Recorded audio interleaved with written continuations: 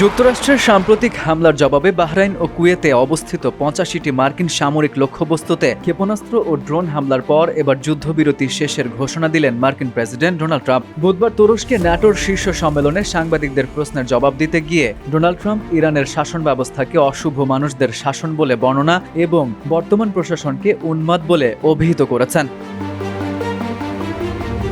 Trump বলেন, আমার মনে হয় এটা শেষ, আমি আর তাদের সঙ্গে কোনো সম্পর্ক রাখতে চাই না। তিনি বলেন, ইরানিরা দুষ্টু ও অসুস্থ লোক, এরা ক্যান্সারের মতো এবং আপনারা জানেন আপনাদের কি করতে হবে, শুরুতেই ক্যান্সারকে ছেঁটে ফেলতে হবে।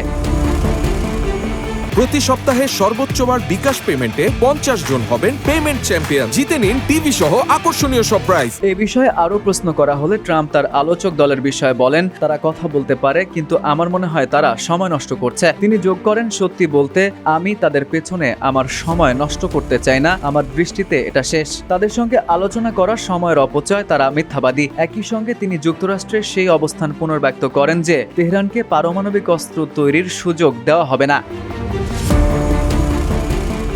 এর আগে মার্কিন ভাইস প্রেসিডেন্ট জেডি ভ্যান্সের নেতৃত্বাধীন একটি দলকে তেহরানের পারমাণবিক উচ্চাকাঙ্ক্ষা সীমিত করার লক্ষ্যে প্রযুক্তিগত ছাড় আদায়ের জন্য 60 দিনের সময়সীমা দেওয়া হয়েছিল। তবে সেই আলোচনাগুলো ধীরগতিতে চলছিল এবং প্রধানত সমঝোতা স্মারকটি বাস্তবায়নের ওপরই কেন্দ্রীভূত ছিল, যেটিতে ট্রাম্প 17 জুন ভার্সাই প্রাসাদে স্বাক্ষর করেছিলেন। বিশ্লেষকরা বলছেন, পাকিস্তান ও কাতারের নেতৃত্বে চুক্তির মধ্যস্থতাকারীরা এখন প্রায় নিশ্চিতভাবেই চুক্তিটিকে পুনরায় চালু করার চেষ্টা করবেন। F U Ahmed, Ittefaq news.